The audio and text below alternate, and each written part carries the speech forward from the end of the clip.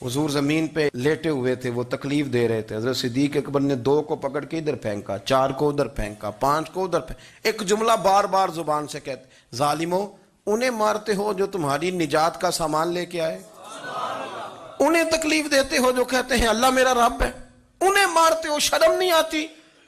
अब उन्होंने हुजूर को छोड़ के तो जनाब सिद्दीक अकबर को मारना शुरू किया। उकबा बिन अबी मुईत, उतबा उतैबा, इनके हाथों में जूते थे।